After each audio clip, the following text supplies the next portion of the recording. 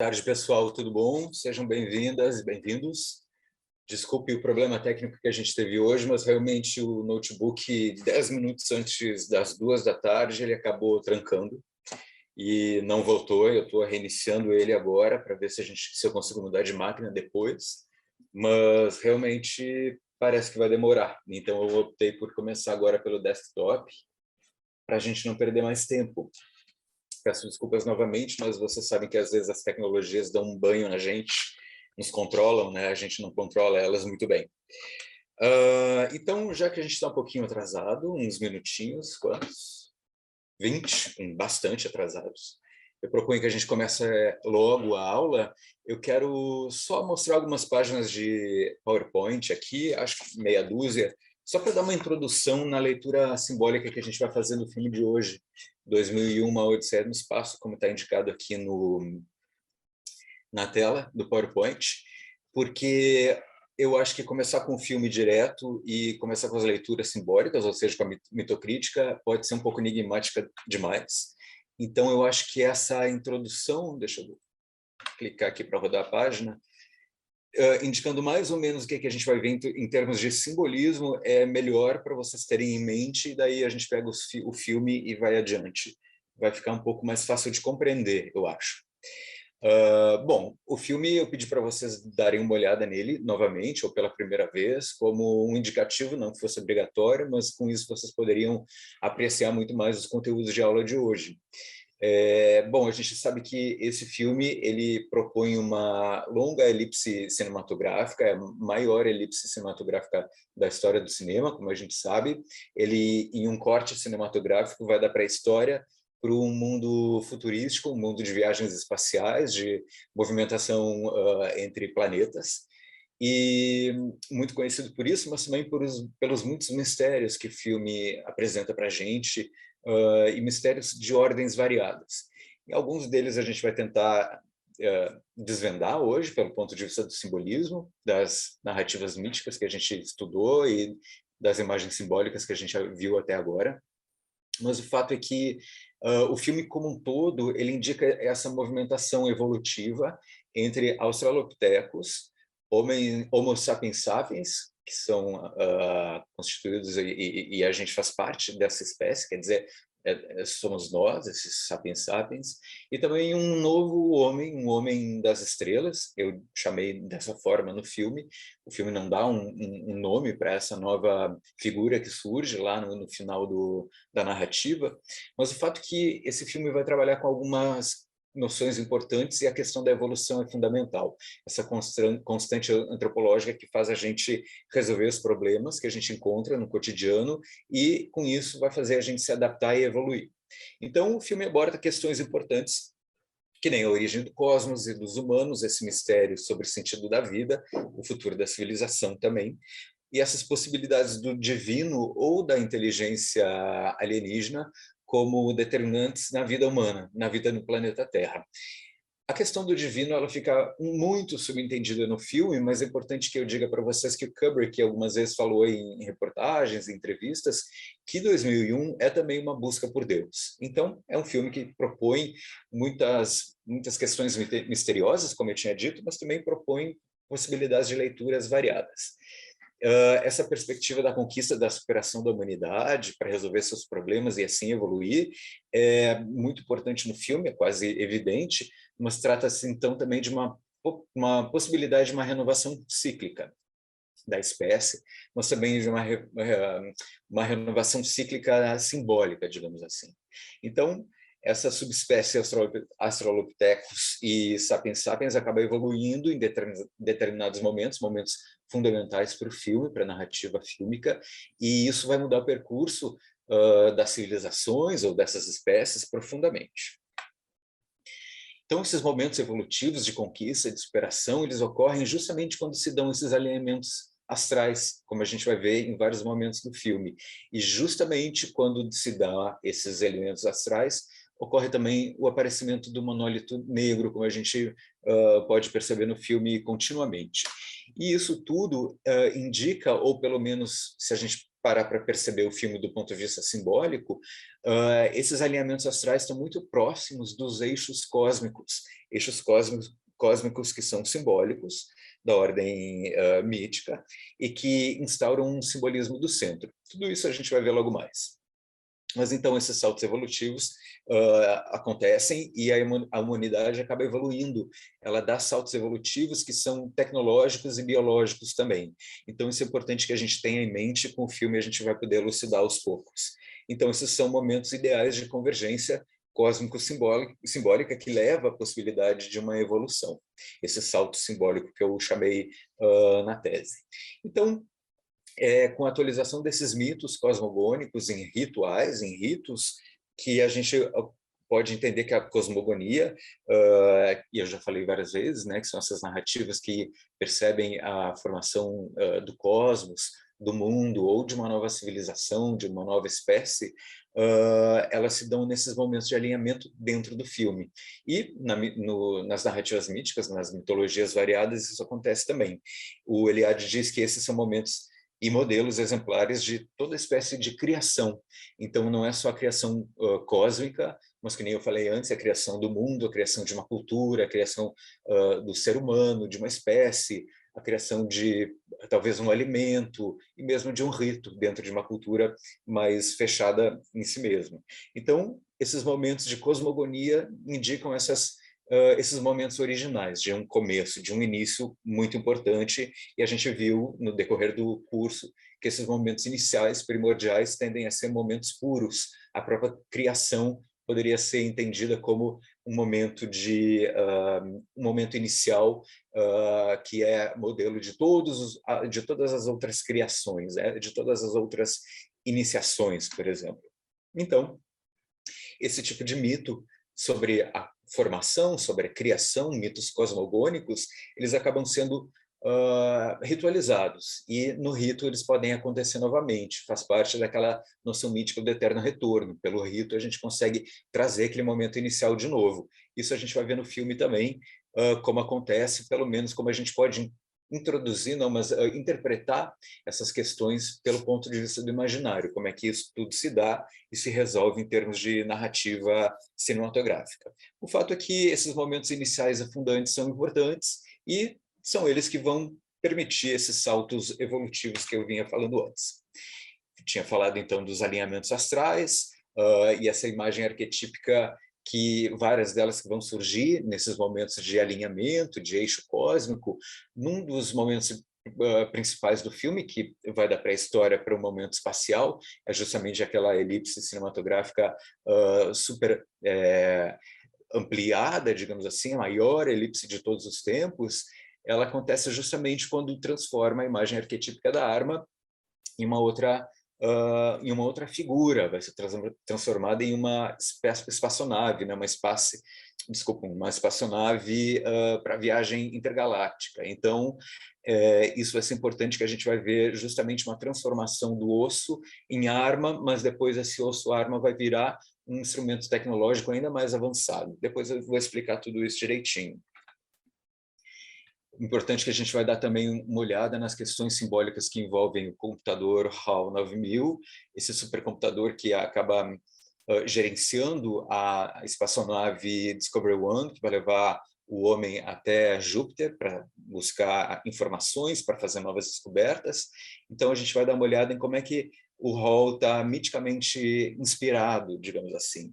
A gente vai ver que ele é um sistema operacional que, na verdade, tem uma série de simbolismos e de fragmentos míticos dentro dessa figura fílmica, dentro desse personagem, que ele é propriamente um personagem. A gente vai ver, por exemplo, o simbolismo do olhar cerceador, esse olhar que acaba sendo vigilante e punidor. A gente viu isso na primeira aula, dentro do simbolismo espetacular, aquele simbolismo ligado com a luz. Eu vou retomar tudo isso de novo, enquanto a gente der uma olhada em trechos do filme, mas também a figura mítica do Argos de 100 olhos, esse gigante que tinha um corpo coberto por olhos, e ele também era um vigilante. A gente vai ver como é que esses muitos olhos dentro da nave acabam, então, dando esse indicativo de que uma vigilância constante é feita sobre os seres humanos que estão dentro da nave espacial. Em um momento mais à frente no filme, a gente vai ver que esse astronauta, o Dr. Bauman, ele vai em busca de uma origem extraterrestre, que tem a ver com a história do filme, que a gente vai acompanhar, e, novamente, os alinhamentos astrais aqui vão acontecer, né? O eixo mítico ele vai inspirar novos saberes, novos sentidos dentro do filme, justamente quando a gente, enquanto humanidade, deixa a Terra e chega no planeta Júpiter. Então, um novo salto evolutivo vai acontecer nesse momento, um novo ser vai surgir, aquele que fecha o filme, e essa noção de refundação cosmogônica surge também. Vamos ver que em algum momento do filme, especialmente, esse astronauta ele vai passar por uma ponte de luz, uma ponte energética que vai levar ele a uma nova dimensão, digamos assim, dentro do filme. Vamos ver o que o simbolismo pode informar para a gente em termos de simbolismo das cores, mas especialmente do arco-íris. E como é que o arquétipo da luz está movendo muitos conhecimentos, está oferecendo muitos conhecimentos para essas cenas que a gente vai encontrar. A gente vai ver questões com relação a uma transcendência iluminada, por exemplo. Mas para o final do filme, justamente o segmento, a sequência final, a gente vai ver um novo alinhamento que permite o surgimento dessa nova figura, desse novo ser, um ser cósmico agora, não mais um ser terráqueo, algo diferente, então, justamente por estar acontecendo naquele momento um novo salto evolutivo. Então, vamos ver o que esse novo sujeito, esse novo ser, tem a ver com o surgimento de um novo cosmos, ou de uma retomada a uma criação original, mas que permite uma nova evolução, pelo menos dentro da história do filme que está sendo contada, né? A gente sempre está se referindo ao filme, ao que ele conta para a gente em termos de narrativa, mas a gente tenta interpretar isso pelas questões do simbolismo, das questões dos conteúdos imaginários que a gente veio estudar até então. Então, deixa eu começar a mostrar aqui para vocês algumas cenas, porque um filme rodando e aqueles comentários que a gente costuma fazer, tudo fica um pouquinho mais claro. É essa cena mesmo. Deixa eu liberar então.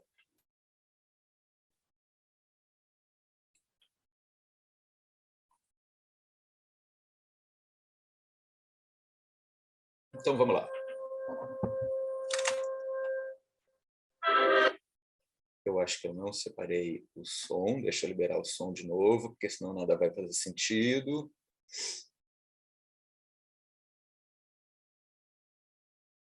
Agora vai.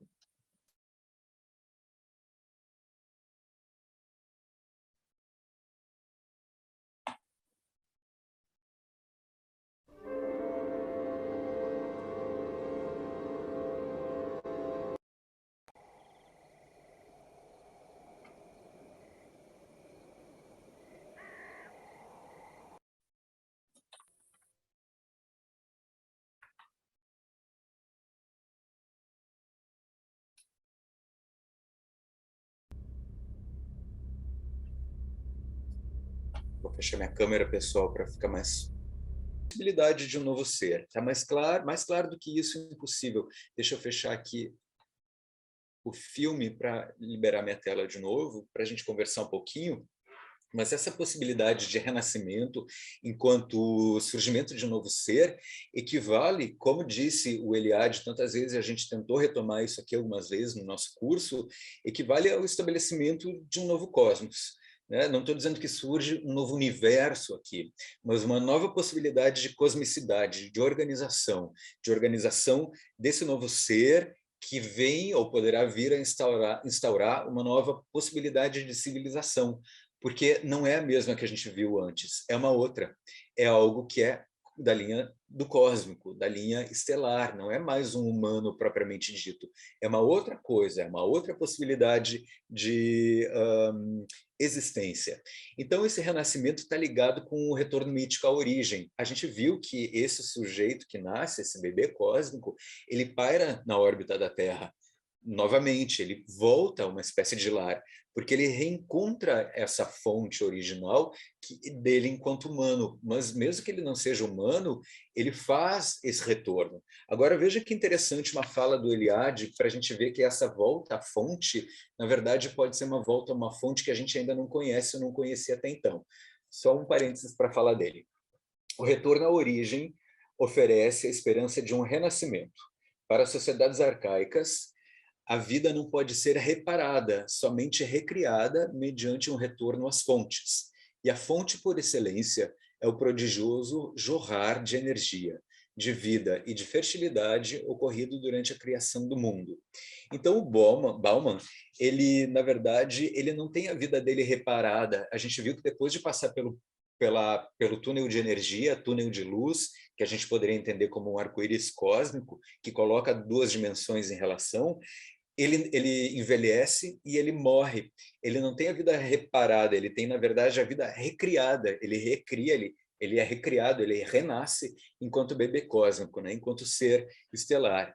Então, essa possibilidade de renascimento que o Eliade diz que é uma volta às origens, a volta a uma fonte primeira, uma fonte original, a uma fonte de vida que é original, na verdade, não é bem uma fonte que é terráquea, mas que é uma fonte alienígena, ou então uma fonte que é divina, que não está bem explicada pelo filme, mas também que não importa uma explicação tão óbvia assim. O que importa é que a gente entende que quando ele não renasce humano, ele renasce alguma outra coisa, que é um ser estelar. Então, esse ser pode ser alienígena, pode ser divino, mas certamente ele volta a uma fonte que não é terráquea, porque ele voltou ao local de origem do monólito, que não é terráqueo. É jupiteriano, jupiteriano, seria isso? Mas, enfim, é daquela região de Júpiter, daquele planeta, e a gente não sabe exatamente qual é a origem daquela civilização. Mas a gente imagina que, tendo levado um monólito para a Terra há 4 milhões de anos ou mais, certamente esse monólito que propõe saltos evolutivos, ele tem uma capacidade de gerar ou de moldar a vida na Terra, porque ele faz desvios evolutivos para lá e para cá.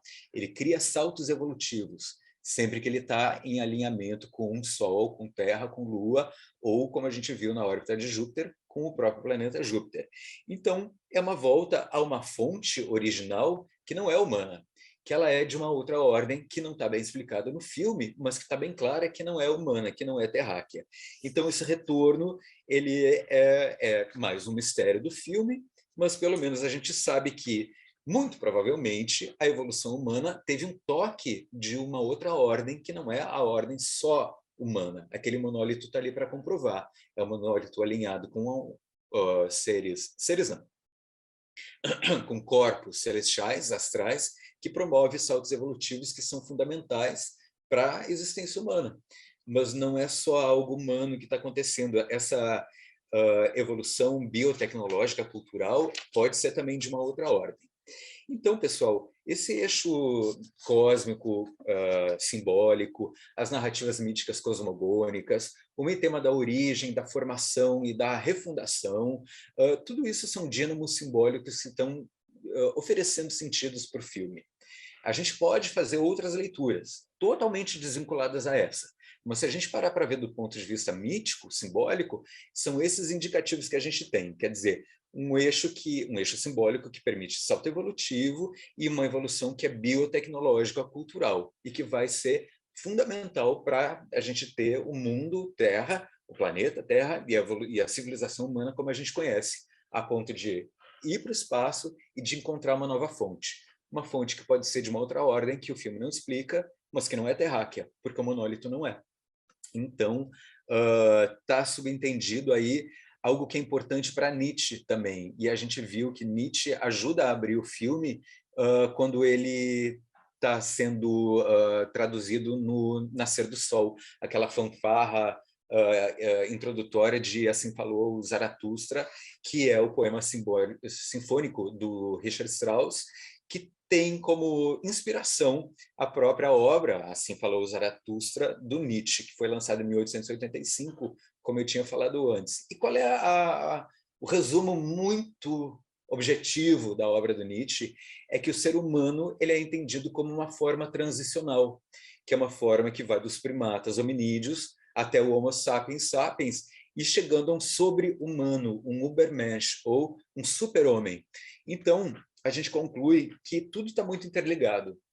Esse avanço, esse último salto evolutivo proposto pelo filme, ele dá indicativo de que esse ser cósmico que surge, ele é além, ele é super, ele está muito mais avançado do que o ser humano terrestre que a gente tem aqui entre nós, que somos nós efetivamente. Então, para mim, 2001 fala sobre o mistério da existência humana. Ele traz mais questionamentos e mais suposições e mais indicativos, um tanto misteriosos, né, enigmáticos, do que respostas. Mas ele é sobre o mistério da existência humana. O monólito, para mim, ele representa justamente esse enigma de vida, esse espanto do próprio existir, que a gente muitas vezes não compreende e fica tentando buscar um sentido para a vida, um sentido para a nossa existência, que é um insólito viver, que é um viver que é bastante, muitas vezes, bastante solitário, ou conflituoso, ou de uma grande ansiedade. E essa grande ansiedade é aquela que eu sempre falo e falei na primeira aula, uma ansiedade que decorre da passagem do tempo, que decorre da consciência da morte, e essa ansiedade da consciência da morte é aquilo que faz a gente evoluir, a gente a superar os problemas do dia a dia, os problemas evolutivos que se impõem, e a evoluir justamente enquanto espécie para poder superar esses desafios, essas barreiras e dificuldades.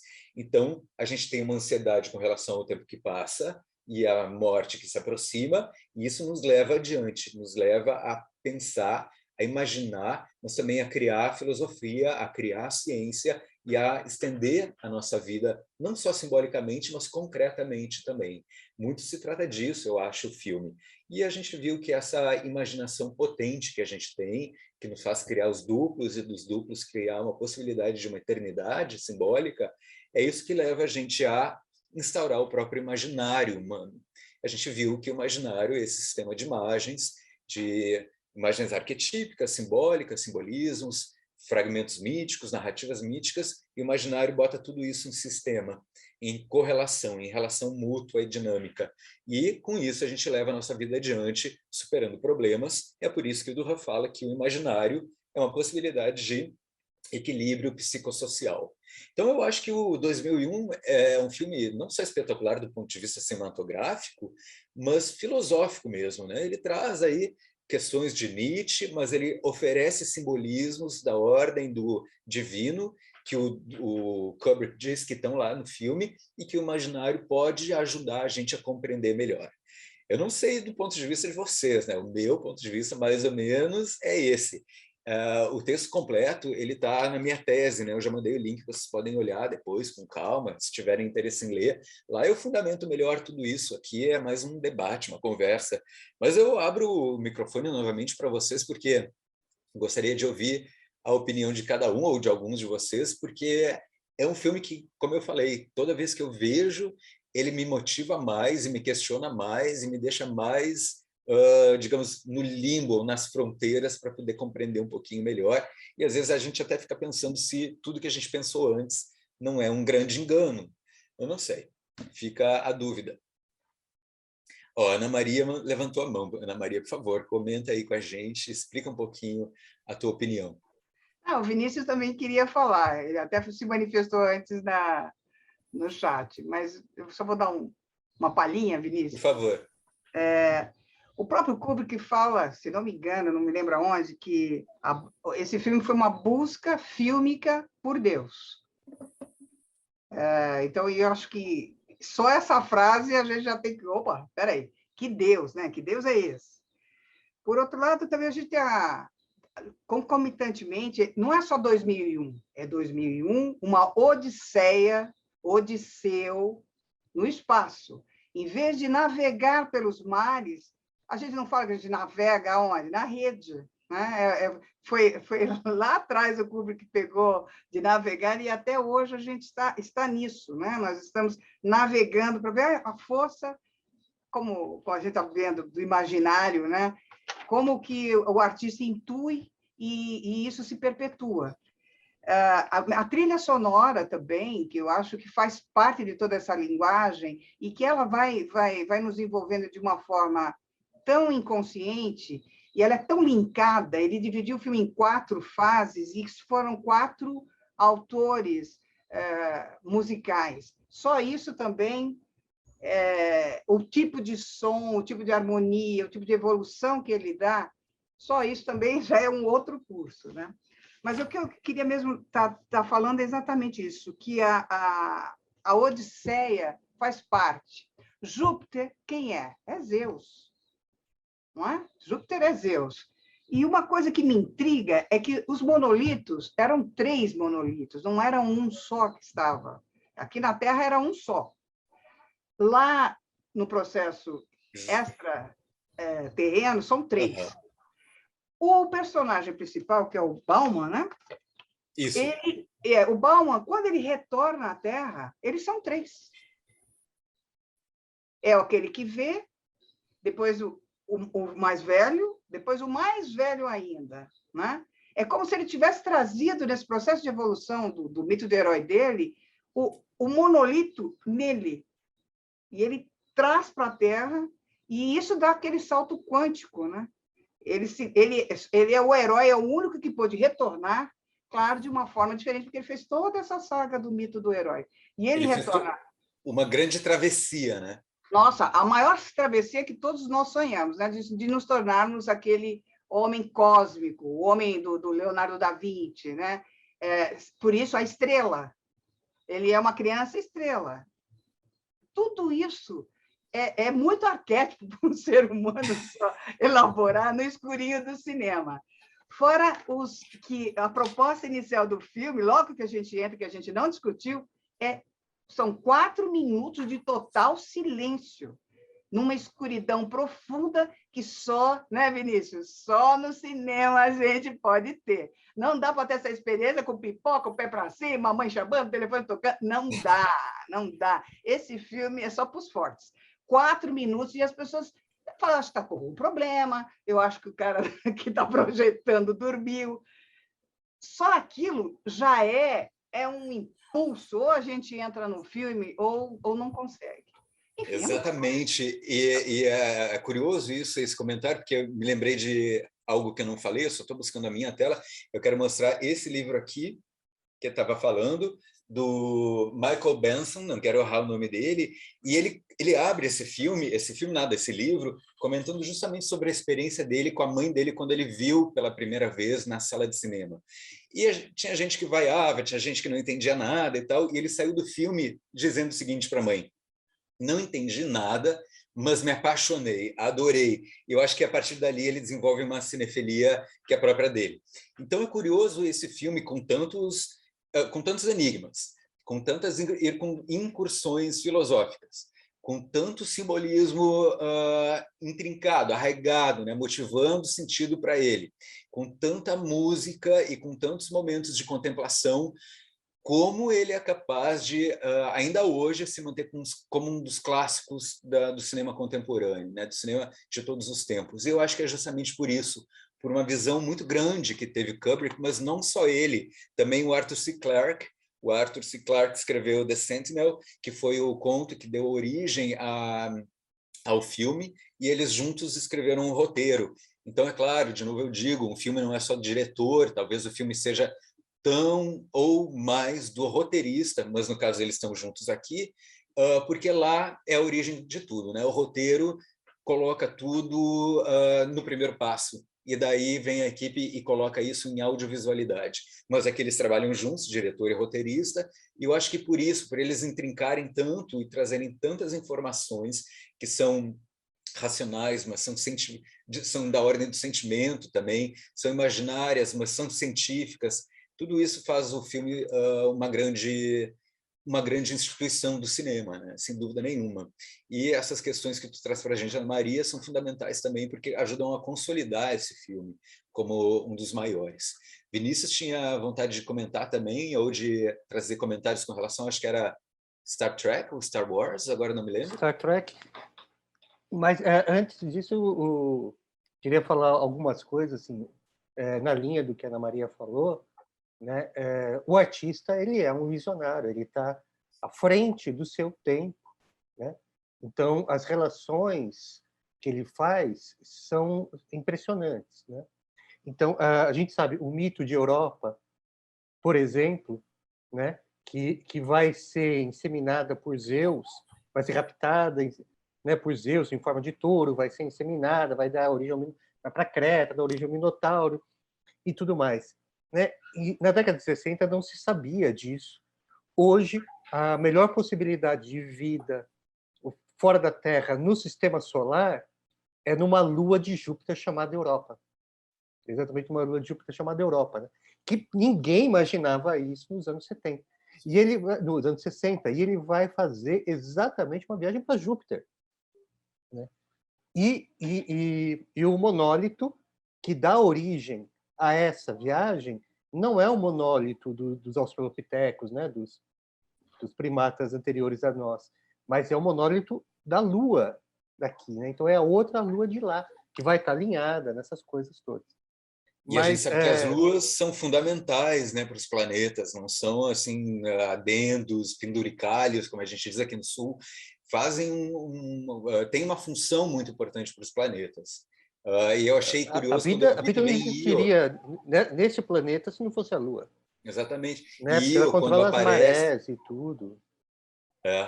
Io, quando aparece enquanto lua de Júpiter, mas também tem uma participação em uma narrativa mítica que ajuda a explicar algumas coisas de 2001, essa grande odisseia, né? Tudo vai se encaixando. E alguém me perguntou em alguma outra aula que a gente teve, será que o realizador daquele filme em questão, não 2001, sabia dos simbolismos, dos simbolismos, das imagens simbólicas que ele estava trazendo? Oi, Danilo. Conscientemente ou não, a gente não sabe, mas muito provavelmente aflora sem aquela consciência primeira, né? Aflora porque está no inconsciente, porque está no imaginário. O imaginário nos coloca em relação também, eu já vou liberar a palavra, tá, um minutinho. O imaginário nos coloca em relação enquanto humanos, enquanto indivíduos de uma humanidade, e o Duran fala mesmo que o imaginário é o grande tecido conjuntivo da humanidade. Ele une a nós todos pelo ponto de vista do simbólico. Então, esses simbolismos, essas imagens simbólicas, os arquétipos, eles emanam na gente, e sobretudo nos criadores, né, nos artistas que são visionários e têm essa intuição maravilhosa que a Ana Maria comentou, e eu falei também que em alguma aula já passada, que a imagem simbólica a gente compreende mais como intuição e não como visualidade. Então, tudo acaba se relacionando, é impressionante, mas acontece. É muito louco isso. A Alex queria comentar e depois a Ana Maria novamente, por favor. Oi, desculpa ter cortado ali, é só porque eu fui a pessoa que fez essa pergunta na outra aula, e sobre o Kubrick tem uma coisa, ele tem uma frase, não lembro de cabeça, que era sobre o filme não tem um sentido antes de ser filmado, tipo, que o filme vai ganhando esses sentidos. Então, eu acho que no caso do Kubrick, é mais isso que a gente comentou, de ser algo natural, ser algo que vai acontecendo, essa incorporação dos significados.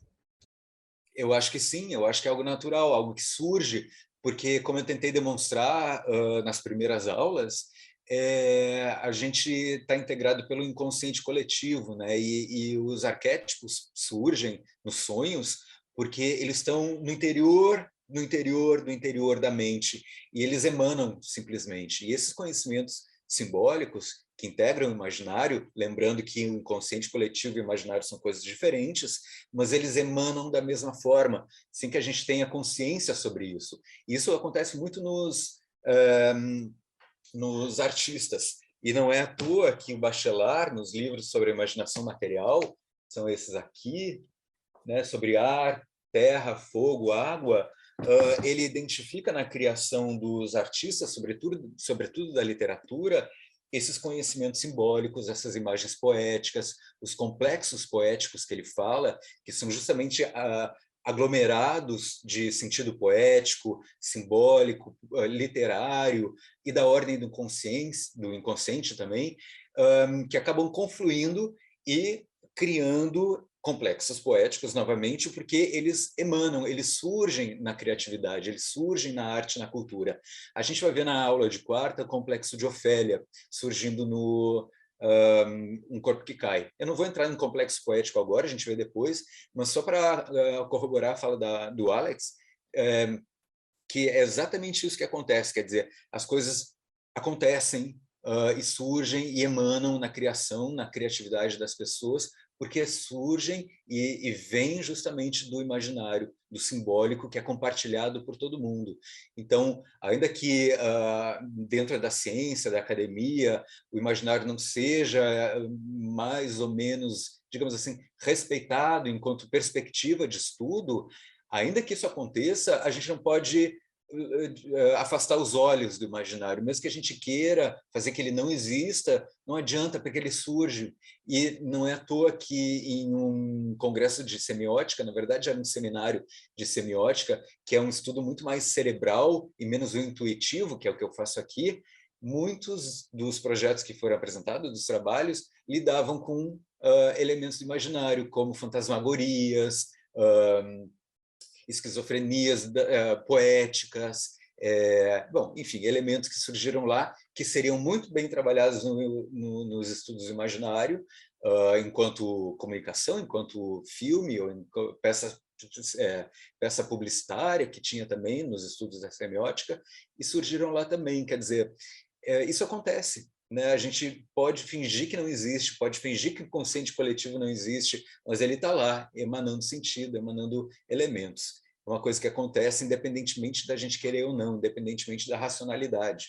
Então, se uma obra, que nem um filme, que nem 2001, a priori, como diz o Kubrick, não tem um sentido racional, primeiramente, ou um encadeamento consciente das questões que traz, em algum momento faz sentido, porque a gente busca isso. E a gente busca isso porque tem alguma coisa dentro de nós indicando que a busca por isso, ou seja, por um sentido que é imaterial, que é um sentido que é mais intuitivo, ele existe, ele está dentro de nós. A gente só tem que reconectar esses saberes para tentar descobrir e entender o que eles querem dizer. Tudo isso é meio confuso para quem escuta pela primeira vez, né? Eu acho que muitos de nós estão escutando essas coisas pela primeira vez. Quando eu escutei também, eu achava muito estranho, mas tudo vai fazendo sentido com o tempo. Então, todas as aulas que a gente teve até aqui, nas 2 primeiras semanas, eram como drops, né? Eram como tentativas de compreensão de cenas, de sequências de vários filmes. E agora a gente vai a fundo num filme, no outro, na quarta e o último, na sexta-feira, nosso último encontro, para poder entender, afinal de contas, se a mitocrítica é válida como interpretação de filme ou não. Eu acho que é. A banca que pensou e estudou a tese também concordou, né? Mas isso daí é com o tempo que a gente vai descobrir. Não sei se mais alguém quer comentar alguma coisa. Estou pesquisando aqui no pessoal que está online. Vinícius que ia fazer a relação com Star Wars. Ah, verdade. Star Trek. Não é Star Wars, é outra, Jornada nas Estrelas, não Guerra nas Estrelas, né? Eu sou da época que a gente ainda chamava de Jornada nas Estrelas e chamava de Guerra nas Estrelas. Eu não usava as palavras em inglês ainda, falava em português. Só um testemunho pessoal, eu tive Covid, não foi muito séria, né? Não cheguei a ser hospitalizado, mas fiquei bem mal, isolado em casa, em janeiro do ano passado. E aí, então, eu resolvi desligar umas coisas e mais cerebrais e acabar me ligando em algumas coisas que tinham sentido afetivo para mim e tudo. Então, eu fui rever muito de Jornada nas Estrelas, né? E acabei assistindo, porque tem disponível na Netflix, todas as séries, todos os episódios de todas as séries. Uau! Né? E eu acabei de ver isso no final do ano. Então, atualmente, eu estou assistindo as séries novas que estão sendo produzidas dentro do universo do Star Trek. Não sei se tem outro tracker aqui, né, apaixonado por Star Trek, que nem eu, mas enfim. Então, assim, a gente tem, na série original, né, que foi filmada em 1967, 1968, 1969, nós temos 2 episódios que são muito interessantes. Um deles eu lembro de cabeça o nome do episódio, que é Do que as Meninas São Feitas, né? Em que você tem... a nave chega no planeta, tem uma moça que está dentro da nave, né? E o namorado dela estava nesse planeta, né? E aí ela vai lá e encontra com esse cara, mas descobre que ele não é ele, né? Que esse planeta tinha uma civilização antiga, né? Uma civilização de máquinas, né? E a consciência dele foi transferida para uma máquina, né? Que parecia exatamente como ele, né? Então a discussão é se ele era humano ou não, né? Se a consciência dentro de uma máquina, mesmo 100% parecida com o humano, era ele ou não. Então tem toda essa discussão. Depois tem um outro episódio... Um parênteses rápido, muito rápido. O Star Trek, o Jornada nas Estrelas, é conhecido como um dos seriados, ou enfim, uma das produções audiovisuais que mais dialoga perfeitamente com a ciência e com as ciências espaciais, né? Sugeriu muitas coisas que hoje são realidade, digamos assim. E veja que curioso, hoje um campo importante nas ciências é o estudo ou a busca de uma possibilidade de gravar em máquina a consciência humana, não é? Muitas pessoas buscam isso, se é possível ou não. Já tem filme sobre isso, mas curioso saber que Star Trek já fez isso muito antes. Sim, ele antecipou muitas coisas, né? Menos a ausência de som no espaço, né? As coisas explodem e faz mó barulho. Mas fora isso, né? Fora isso, tem muitas coisas que são assim. Aí depois ele vai ter um outro episódio, que eu não vou me lembrar exatamente qual é esse episódio, em que eles encontram uma das sondas enviadas pela Terra, né? Tipo a Voyager. A Voyager, né? Eu vi. Eles encontram a Voyager, né? E aí e a Voyager está procurando o criador e tal, papapá, né? E aí tem um desfecho em que eles fazem um jogo de lógica com ela, né?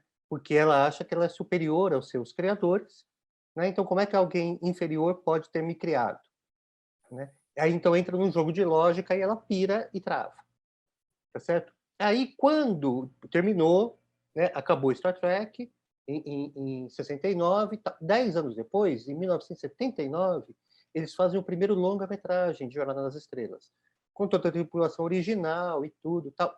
E eles refilmam de forma diferente em longa-metragem, né, a ideia básica desse filme, né? E eles vão, e aí você tem alguma coisa que vem vindo em direção à Terra, né, destrói 3 naves Klingon, destrói uma estação, tal, e aí mandam a Enterprise para ver que diacho é isso, né?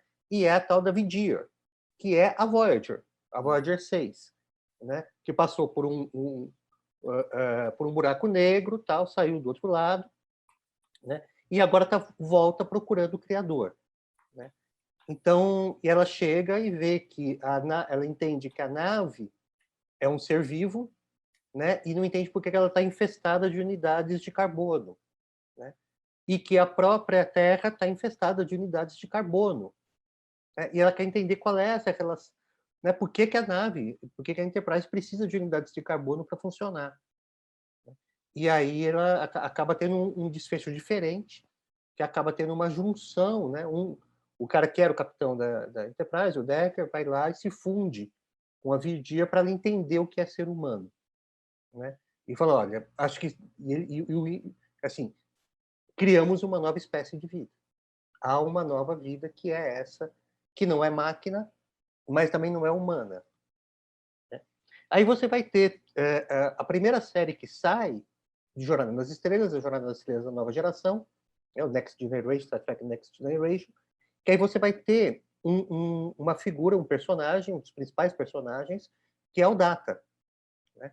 O Data é uma máquina, tá certo? E ele não tem sentimentos, né? Assim como o Spock não tinha, mas controlava esses sentimentos, né? O Data... Amanhã eu não venho, pode? Oi? Amanhã eu não venho, pode? O microfone está ligado. Acho que o microfone do Adailton está ligado. Adailton, por favor, para a gente continuar o papo aqui. Corte pelo site .com.br e venha viver essa experiência. Adailton, por Maiores favor. informações, @Garbi Music, apoio Cerveja Tiger, Eu acho que é uma interferência, não sei se ele está escutando a gente. Ah, agora ele desligou. Ok. Tudo bem. Então você tem o Data, né?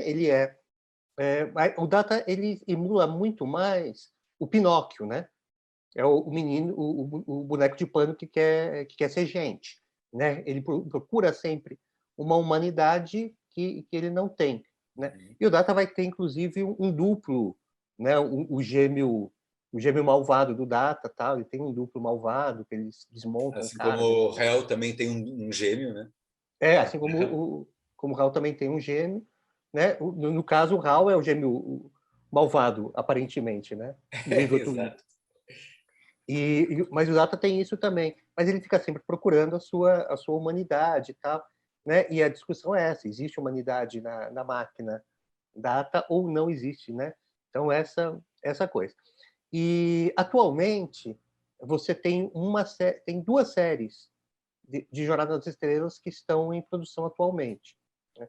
Você tem uma série chamada Picard, né? Que é do capitão da nova geração e tal, parará, né? Ele está bem mais velho e tudo mais, né? Então tem essa série que fez aí uma temporada, parece que vai estrear a nova temporada, ainda não estreou, mas estreou semana passada, e eu estou assistindo a nova temporada de uma outra série chamada Discovery, que é exatamente o nome da nave que vai a Júpiter em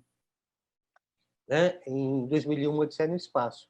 E este momento, né, não quero dar muito spoiler para quem quiser assistir, mas vale muito a pena, tá no Paramount Plus, tá? Para quem quiser, ele não está disponível no Netflix mais. Mas ele tem a nave Discovery passou por um período, ela saiu do período normal em que, né, o atual, e ela viajou 930 anos no tempo. Então ela chegou num outro momento em que não existe mais federação de planetas e tal, parará, tem uma série de coisas, né? E ela conseguiu isso. Uma das coisas que ela conseguiu quando ela fez isso, ela entra em contato com uma esfera que tem todo o conhecimento do universo, né? E em contato com essa esfera, que seria como se fosse um monólito, né? A nave adquire consciência. Uau!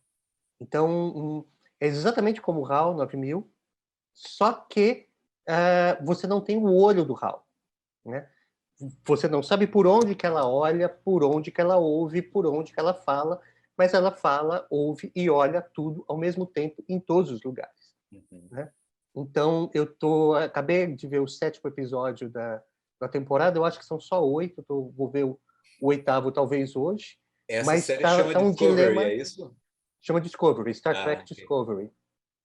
Interessante, interessante. Eu gostaria de ter tempo para fazer um artigo só sobre os sistemas operacionais das naves espaciais. Eu adoro filme de ficção científica, de viagem, porque se a gente parar para pensar nas naves de Alien, por exemplo, sempre tem, né? No segundo é uma nave, é um sistema que responde enquanto mãe. Eu acho que é no terceiro ou no quarto que é o pai. E sempre também são sistemas operacionais que acabam colocando os humanos em perigo, não respondem adequadamente, sabotam de alguma forma. É bastante interessante. Aliás, Alien tem algumas cenas que lembram um pouco 2001, inspiradas, por exemplo, quando ela tem que explodir a nave-mãe no filme...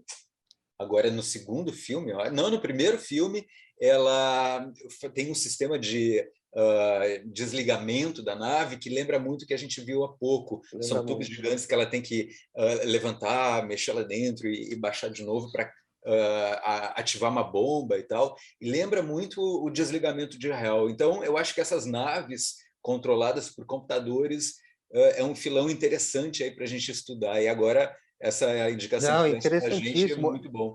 Assiste, se você gosta de Star Trek, assista Discovery.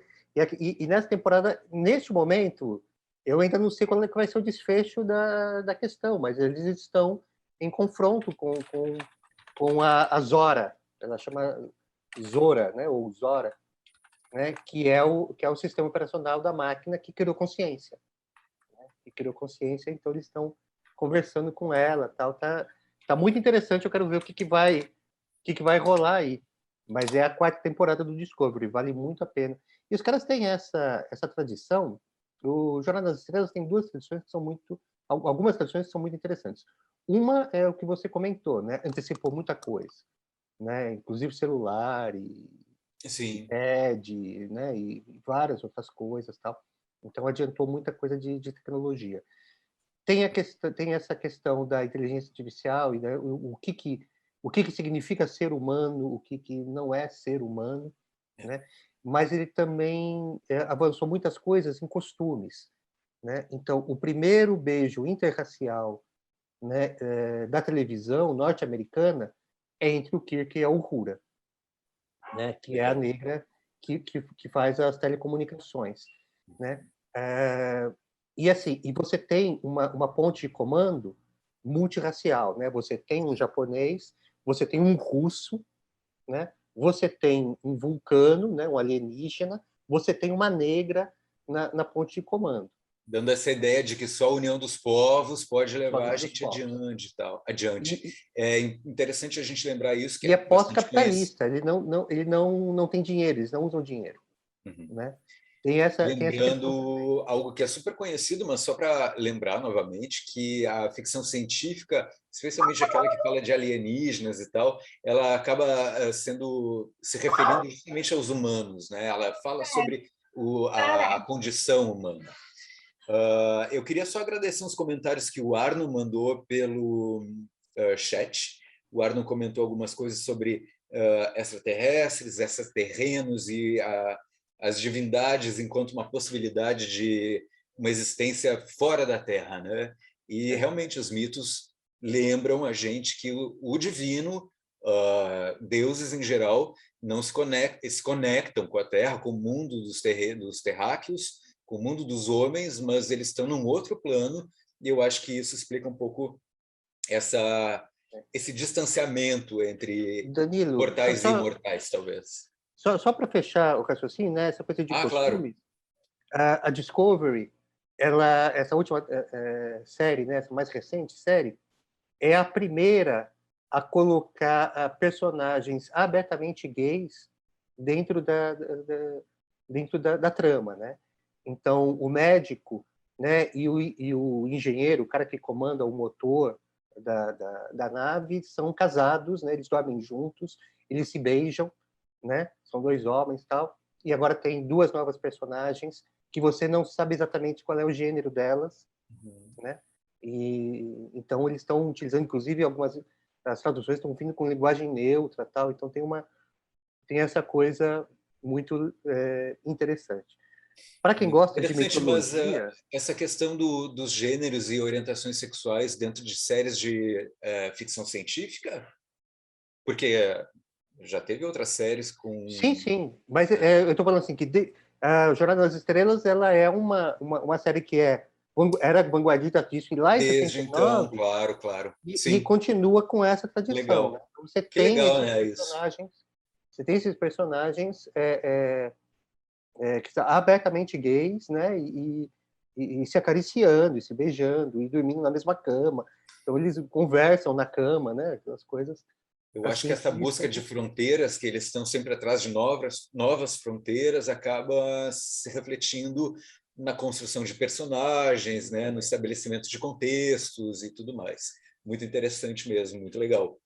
Só uma propagandazinha, né? Claro. Para quem gosta muito de mitologia, especialmente mitologia grega, não só, mas especialmente mitologia grega, tem uma série de quadrinhos dos anos 90 chamada Sandman. Né? Eu vim aqui com uma camiseta aqui do Sandman. Pô, né? Que linda camiseta. Lindona, ganhei do meu cunhado. Show de bola. Eu tenho todos, adoro. Então, vai sair o Sandman. Né? O primeiro audiovisual do Sandman agora. Vai mesmo. Eu sempre fiquei esperando e imaginando que seria em animação, porque a animação hoje em dia tem milhões de possibilidades em termos de qualidade visual e soluções gráficas e tal, mas vem em live act, né? Tô curioso para ver. Eu achei que até já tinha estreado. Muito curioso. Não, acho que vai estrear tipo semana que vem ou a outra. Tá para explodir. Vou ficar de olho. Eu gosto muito de Sandman e realmente a cabeça do Neil Gaiman fenomenal para fazer essas confluências de cultura pop com mitologia, com conhecimentos antigos e científicos, e blá, blá, blá. Mistura tudo de uma forma muito autoral, e onde tudo faz muito sentido, né? Realmente adoro e estou louco para ver a versão audiovisual. Espero que seja boa. Eu encerro para não ser muito palestrinha também. Valeu, Vinícius. Eu gosto de te ouvir, Ana Maria, todo mundo que participa, a Gabriela, quem mais que participa bastante? Deixa eu ver aqui. O Arno ficou falando ali mais no... A Magda participa, né? O Arno fica falando mais no chat, mas todos são muito bem-vindos sempre. Agradeço pelo encontro de hoje. Peço desculpas pelo meu atraso novamente, foi algo aí da tecnologia.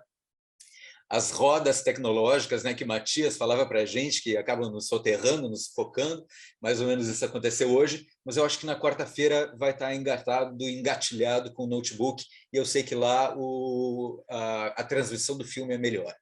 Mas então eu aguardo vocês na quarta para a gente dar uma olhadinha em Vértigo, né, Um Corpo que Cai, e para novas interpretações aí do simbólico dentro dos filmes. Valeu, pessoal, abraço, fiquem bem, e até quarta. Tchau, tchau.